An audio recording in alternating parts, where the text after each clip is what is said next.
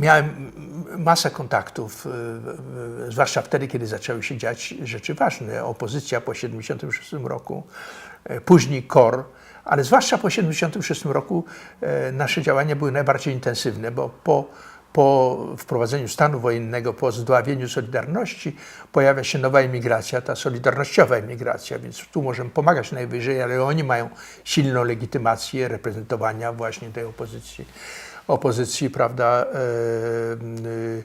opozycji w kraju. Odgrywamy istotną rolę informacyjną, to znaczy być może to była nasza największa rola. To znaczy w pewnym momencie, ja pamiętam, że dla mnie to był wstrząs.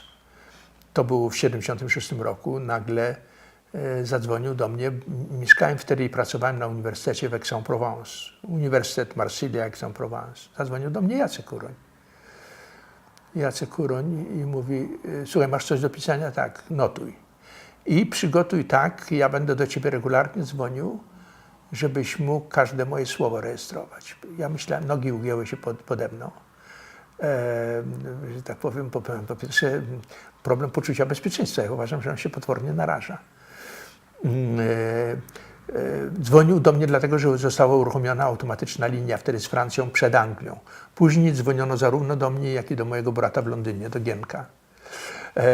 Ja podłączyłem sam jedno z moich wielkich osiągnięć technicznych, magnetofon do telefonu i automatycznie jak dzwoniono, włączałem magnetofon, to się nagrywało i później godzinami siedziałem z Iśką i spisywaliśmy po prostu te wiadomości i to samo robił brat z żoną w Londynie. I później natychmiast telefony, przekazywaliśmy to, czytaliśmy, bo nie było innych sposobów przekazywania, wiesz, do wolnej Europy, Głosu Ameryki.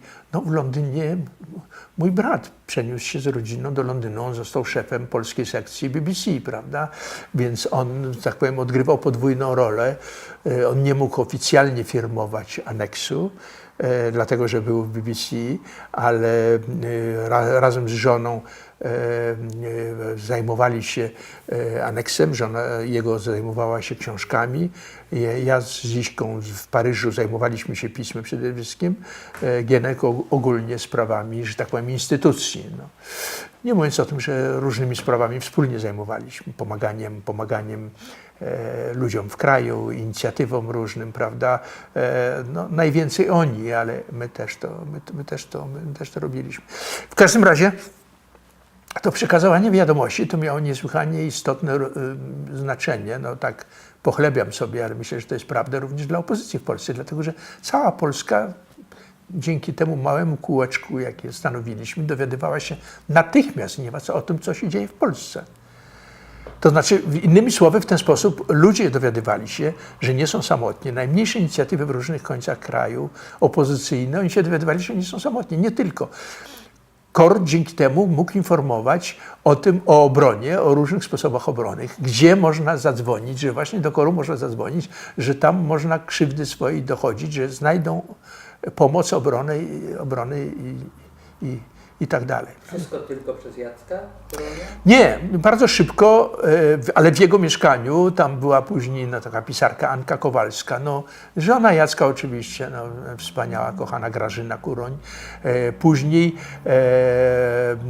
Później ostatnią to była Ewa Kulik, można powiedzieć, że to już były czasy Solidarności z Krakowa, ona była z SKS-u, ze studenckiego, prawda, Studencki Komitet Solidarności, ona mieszkała, nie pamiętam, czy mieszkała w Kuroniu, ale w każdym razie tam była cały czas i ona odbierała telefonu, ona nadawała, ale też często rozmawiałem z samym Jackiem, do tego stopnia, że to Jacek opisuje w swojej książce, że opisuje, że właśnie Piotrek, ten nasz syn, który był wówczas malutki, miał taki załówkowy telefon i mówił: halo, Jacek, mówisz, kogo wsadzili? Karola wsadzili?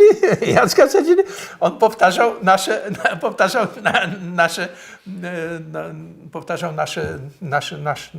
nasze rozmowy, prawda?